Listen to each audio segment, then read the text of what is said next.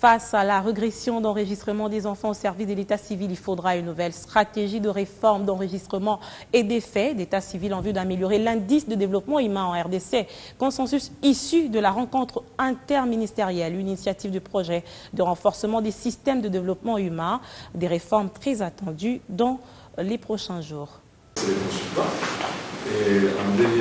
L'amélioration de l'indice de développement humain en République démocratique du Congo, un défi qui appelle à l'élaboration d'une stratégie de réforme et d'enregistrement et d'effet d'état civil. La détermination affichée à l'issue d'une réunion interministérielle présidée par le coordonnateur de la CFF, rencontre qui a réuni différentes parties prenantes du projet de renforcement des systèmes de développement humain. Les statistiques révèlent que 25% seulement des naissances sont enregistrées à l'état civil. Aujourd'hui, beaucoup d'études révèlent que beaucoup d'enfants ne sont pas enregistrés à l'état civil. Or, un enfant qui n'est pas enregistré, il n'est pas reconnu légalement. On parle de 25%. Et nous voudrions, à travers cette activité d'aujourd'hui, que nous puissions appuyer le gouvernement congolais à élaborer une stratégie de réforme d'enregistrement des faits d'état civil et statistiques vitales.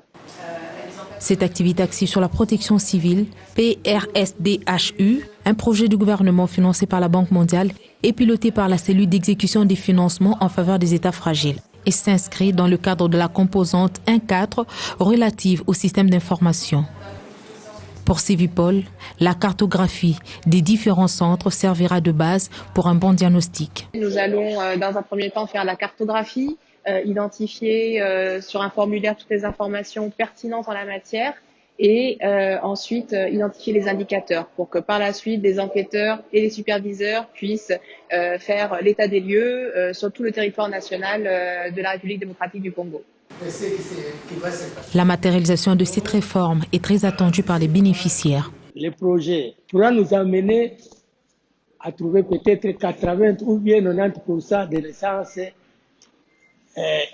de toute la République démocratique du Congo.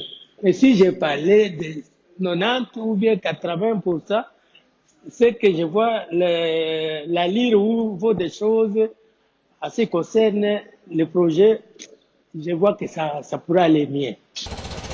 Avec des ressources importantes disponibles, la République démocratique du Congo pourra rebâtir et renforcer ses systèmes éducationnels, sanitaires et de protection civile.